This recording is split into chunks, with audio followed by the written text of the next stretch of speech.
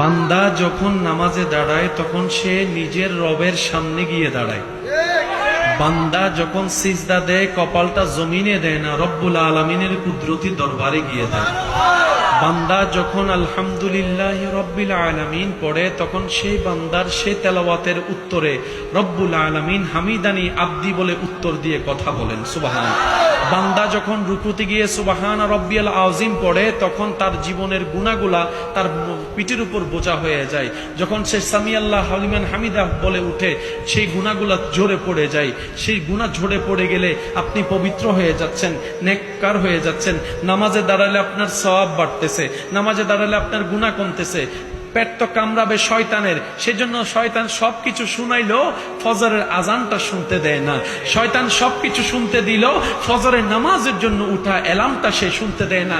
একটু খেয়াল করে দেখবেন, সারা রাত যদি আপনার ঘুম নাও আসে, আজান শোনার সাথে সাথে কেমন জানি শরীরটা একদম ছেড়ে দেয়, শক্তি পাওয়া যায় না, ক্লান্ত হয়ে যায়। এগুলো সবগুলো চালাকি হচ্ছে শয়তানের। সেজন্য রব্বুল আলামিন শয়তানের পরিচয় করিয়ে দিয়েছেন, হে আমার বান্দারা, আদুউম মুবিন, শয়তান প্রকাশ্য শত্রু। এই কথা মাথায় রাখবা, এই কথা তুমি জেনে রাখবা। তো মুমিনদের কাজ কি? মুমিনদের কাজ হচ্ছে শয়তান বান্দাদেরকে রব থেকে টেনে জাহান্নামের দিকে নিয়ে যাবে, আর মুমিন বান্দারা শয়তানের মুখে লাথি মেরে রবের রহমতের দিকে যাবে, সুবহান। বান্দা যখন শয়তানের মুখে লাথি মারে আল্লাহর রহমতের দিকে যায়, এটাকে বলা হয় বড় জিহাদ। বড় জিহাদ, বড় জিহাদ। আপনার গুনাহ করার সুযোগ আছে, মনও চাচ্ছে, হাতও আছে, পাও আছে, মুখও আছে, চোখও আছে, আপনি নিজেকে একটু সবর করে কন্ট্রোল করে ফেলেছেন, এটাও বড় জিহাদ। আপনার গালি দেওয়ার ক্ষমতা সামর্থ্য মুখে আছে, মনের মধ্যে গালি খুব সুন্দর করে আসতেছে, কিন্তু আপনি রবের সন্তুষ্টির জন্য হজম করে ফেললেন, গালি দিলেন না, এটাও বড় সবর, এটাও বড় জিহাদের অংশ। আপনার মন চাচ্ছে বোনের জায়গা বাইরের জায়গা না দিতে, কিন্তু আপনি রবের সন্তুষ্টির জন্য কোনো কথা প্রশ্ন দাড়ি কমা না চিন্তা করে যার জায়গা পায় তাকে জায়গা দিয়ে দিলেন, যে টাকা পায় টাকা দিয়ে দিলেন, কারোর সাথে সম্পর্ক একটু নষ্ট হয়েছে সুন্দর করে মিলাই নেওয়ার চেষ্টা করেছেন, এটাও একটা বড় জিহাদের অংশ, সুবহানাল্লাহ।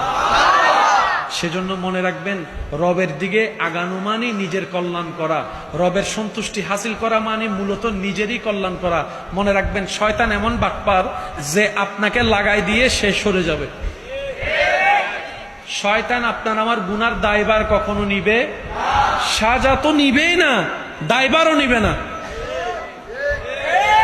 আপনি আমি যদি যাই আল্লাহকে বলি, আল্লাহ ফজরের নামাজ আমাকে শয়তানে পড়তে দেয় নাই,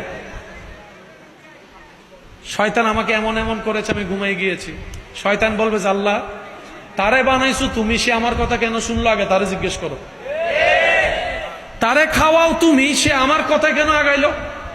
দোষ আমার নাই, দোষ তার, দোষ তার মনের, দোষ তার চিন্তার, আমার কোনো দোষ নাই। আমি তো তার শত্রু, তুমি আগে থেকে জানাই দিছিল। তো শত্রু যদি আমও দেয়, মানুষ সন্দেহ করে খায় না, শত্রুর দেওয়া জিনিস কেউ নেয় না।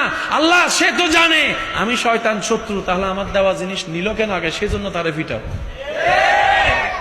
আমি কি বুঝাতে পারছি কথা? তো যারা আপনারা আমরা শয়তানের ফাঁদে পা দিচ্ছি, ও আমাদেরকে আটকাই দিয়ে